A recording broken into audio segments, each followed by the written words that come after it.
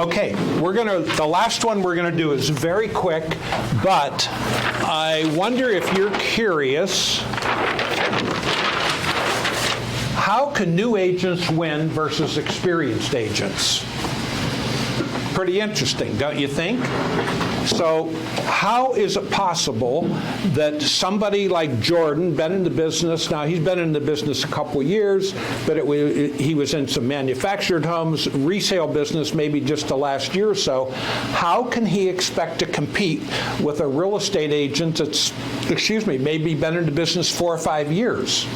I'm going to show you. So there are 3 things. We call this, I'll just call it the ASK triangle, ASK, but there's 3 things that are going to determine your success. And anybody want to guess what the A is, the S, and the K?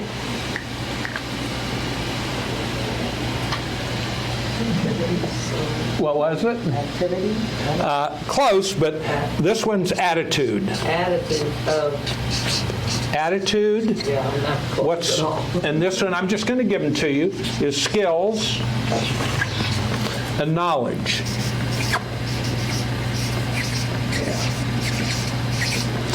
Now, we know what attitude is. I mean, hopefully you've got a very positive, upbeat attitude, and people are really attracted to that. The skills could be sales skills, could be negotiating skills, could be financing skills,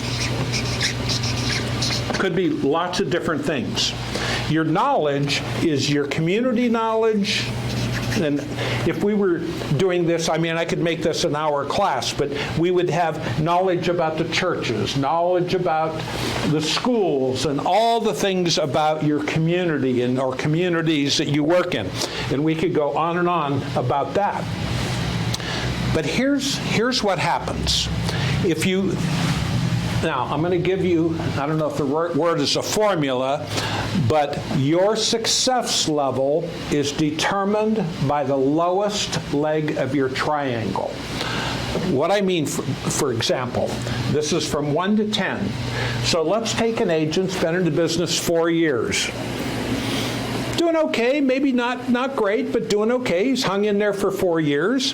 Where do you think on a scale of 1 to 10 his skill level is?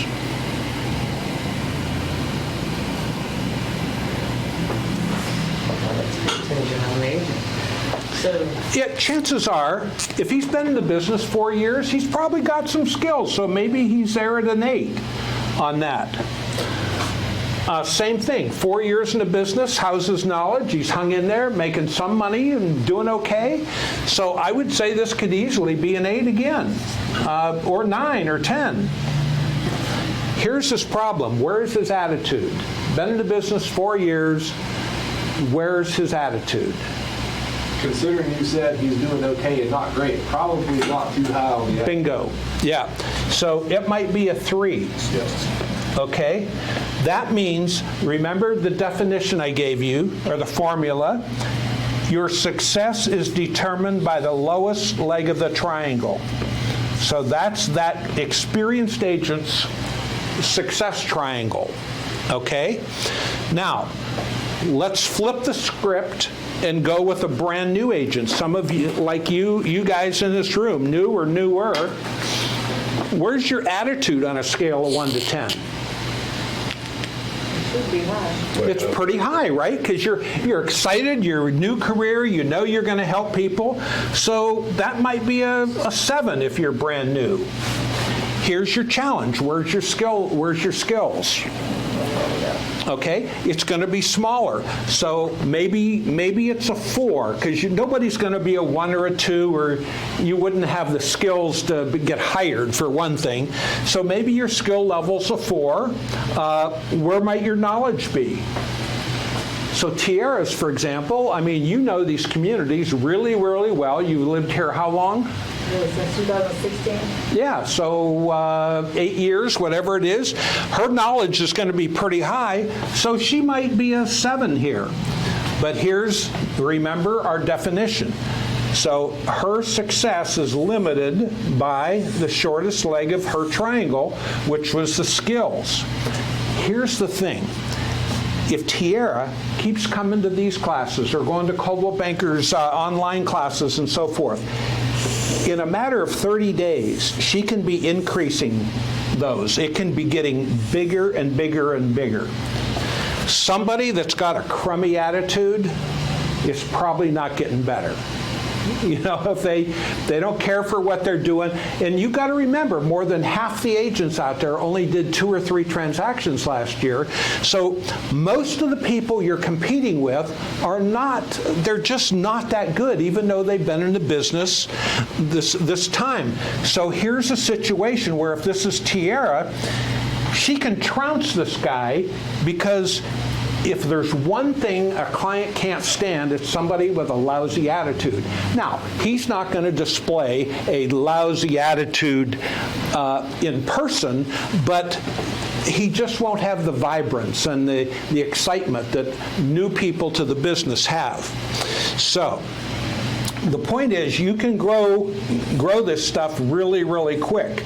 And this is how a Tiara could very easily compete with somebody 4 or 5 years in the business, but if they've got their weakness too, just like she does. But if a client has to pick, they'll pick a Tiara any day of the week over a guy like that, because everybody wants people with a good attitude. Okay? Now, here's where the sticky part comes. Every once in a while, but not often, every once in a while, you're going to run into a Stacy Springer. Do you all know Stacy? She's our top agent in this office. Probably will do 40, maybe 50 transactions this year. I guarantee you, she's a 9 in all of these. God, dear. Okay? And so her triangle is giant, okay? And if you're going up against a Stacy, it's going to be tough. It's going to be tough. If you're going up against the #1 RE/MAX agent or #1 Keller Williams agent, it's going to be hard. But the odds are in your favor that you're not going up against somebody like that. Stacy's one, well, I can tell you, there's less than 5% of the people doing 12 or more transactions a year. Okay, in RealTrax. So that's nationally, but in RealTrax for sure. So the odds are you're dealing with one of these and not a Stacy. Okay, if you're dealing with a Stacy, what some people might do is, if you know you might be competing with her, you could call Stacy up and say, hey, I've been talking to the Joneses. They mentioned that they knew you and they think highly of you. Would you consider working this transaction with me? Now, she might say no, but chances are she'll say yes. Or she might say, you know what, Jack, I don't want to split the transaction, but maybe I'll give you a referral fee or something. My point is, you don't. Now, I wouldn't be doing that if you're going up against a RE/MAX or Keller Williams. If it's somebody in-house, they might be willing to work with you. And so it's worth asking. No harm, no foul if they say no. Just know, thank God you're not going up against them very often. Okay, so if you understand who you're going up against, now all of you can go into RealTrax and put any name in there under people, isn't it? Under people, and there's some function that'll tell you how many transactions they did in the last year. Okay, that gives you.